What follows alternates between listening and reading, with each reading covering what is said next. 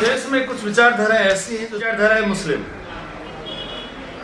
613 ईस्वी से जब इसकी स्थापना हुई उससे लेकर के पहले इन्होंने पूरे अरब देश को तलवार के बल पे मुस्लिम बनाया, फिर पारसियों को मुस्लिम बनाया, और ये लगभग 1000 ईस्वी तक अधिकांश अरब को, अफ्रीका को, इन सब देशों को बनाने के बाद 700 के लगभग इन्होंने भारत में भी ऐसा प्रयास कर लिया था, लेकिन वो कहते नहीं, यूनान, मिस्र, रोमा सब मिट गए जहां से, लेकिन अब ये बाकी नामो निशा हमारा।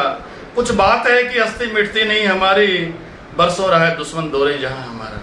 ये हमारी संस्कृति ऐसी है, हमारी भारत की सभ्यता ऐसी है, इसमें जो समन्वयशीलता का गुण है उसमें आने वाला व्यक्ति इसी में समाहित हो जाता है, इसको परिवर्तित नहीं कर सकता। और देश आजाद होने के बाद भी वही शक्तियां जो चरमपंथ और कट्टरवाद को बढ़ावा देना चाह रही हैं, वो दूसरे माध्यम से भारत प्रयास कर रही है।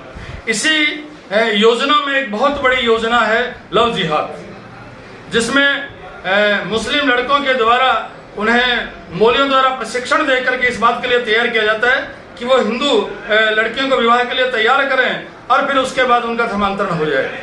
इसी संबंध में केरला की अभी जो केरल स्टोरी फिल्म आई है, इस फिल्म के माध्यम से बताया गया है कि किस प्रकार से कॉलेज की 3 सहेलियां जो हैं वो किस प्रकार से उन धर्मांतरवादियों के चंगुल में फंस जाती हैं और फिर ISIS जैसी आतंकवादी संगठन के माध्यम से सीरिया और इराक पहुंच जाती है। और वास्तव में ये फिल्म नहीं है, ये तो उन तीनों सहेलियों की बायोग्राफी है, उनकी वास्तविक जीवन को इस फिल्म में दिखाया गया है, और ये नारी शक्ति के लिए बहुत अधिक प्रेरणास्पद फिल्म है। इसके द्वारा हमारी बालिकाओं को एक सबक लेना चाहिए, शिक्षा लेनी चाहिए, और इस प्रकार के जो षड्यंत्र देश में चल रहे हैं उनसे बच करके इस सनातन समाज को सुरक्षित रखना चाहिए, संरक्षित रखना चाहिए, ऐसी मैं अपेक्षा करता हूं। और इसी बात को ध्यान में रखते हुए आज नवलगढ़ शहर के सभी लोगों को यहाँ ये फिल्म दिखाई जा रही है ताकि वो इससे शिक्षा ले सकें और उसी अनुरूप अपने जीवन में अपने समाज की बालिकाओं को शिक्षा दे सकें और बालिकाओं को सुरक्षित रख सकें। काफी राज्यों में फिल्म को बैन भी किया गया है, उस बारे में क्या कुछ? ये राजनीतिक मामला है, जहां भी एंटी बीजेपी सरकारें हैं वो इसको प्रतिबंधित कर रही है, लेकिन यहाँ भी एक बात ध्यान देने योग्य है, उन्होंने भी इस फिल्म पे कोई प्रश्न खड़ा नहीं किया है। वो ये कह रहे हैं कि ये 3 बालिकाओं की जो जीवन गाथा है, बायोग्राफी है, उसके आधार पर यह नहीं कहा जाना चाहिए कि केरल की 32,000 लड़कियों ने ऐसा कर लिया होगा, ये उनका कहना है, लेकिन ये वास्तविकता है। 32,000 भी मैं तो सीमा नहीं मानता, ऐसा केरल की बहुत सी लड़कियों के साथ हुआ है और आगे भी होने वाला है। ये वास्तविक स्थिति इसके सामने आई है। किसी राजनीतिक कारण से फिल्म पर बैन लगाना बिल्कुल गलत है, फिल्म को दिखाया जाना चाहिए।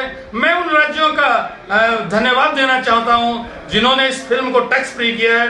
राजस्थान की गहलोत सरकार को भी इसको टैक्स फ्री करना चाहिए और अधिक से अधिक लोगों को देखने का कम पैसे में अवसर मिलना चाहिए। आप उन लड़कियों को, जिन बालिकाओं ने किसी भी कारण से धर्मांतरण कर लिया, मैं उन बालिकाओं को निवेदन भी करना चाहता हूं और चुनौती भी देना चाहता हूं कि वो किसी भी तरह से अपनी घर वापसी कर लें।